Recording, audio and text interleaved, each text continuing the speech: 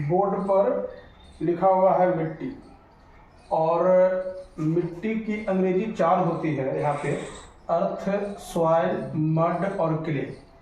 लेकिन इन चारों वर्ड्स में अंतर है, और अंतर क्या है उसको जान लीजिएगा। अर्थ का मतलब सिर्फ जमीन ही नहीं, पृथ्वी ही नहीं, बल्कि मिट्टी भी होती है।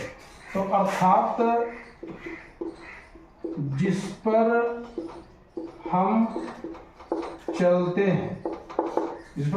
हैं, सॉइल यहाँ पर हो गया अन्न उपजाने वाली मिट्टी, मतलब वैसी मिट्टी जिसमें हम अन्न उपजाते हैं।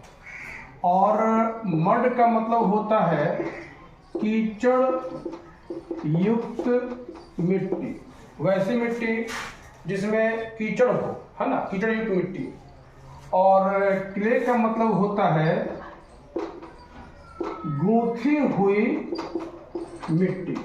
इस गूंथी हुई मिट्टी से मेरा तात्पर्य है, आपने देखा होगा कुम्हार के यहाँ, कुम्हार के चाक पर मिट्टी जो रखी होती है वो गूंथी हुई होती है, तो उस मिट्टी को ही हम लोग क्ले कहेंगे, ठीक है ना, पहली बात। दूसरी बात, कीचड़ युक्त मिट्टी जिसको गांव देहात में गिलेवा कहते हैं, उस मिट्टी को हम लोग क्ले कहते, सॉरी मड कहते हैं, ठीक है ना। और खेतों में जो मिट्टी होती है जिसमें अन्न उपजाया जाता है, जिस मिट्टी में खेती होती है, जिस मिट्टी में किसान खेती करते हैं, कृषि कार्य करते हैं, उससे हम सॉइल कहते हैं, ठीक है ना। और जिस जमीन पर हम चलते हैं, जिस मिट्टी पर हम चलते हैं, उस मिट्टी को हम लोग अर्थ कहते हैं।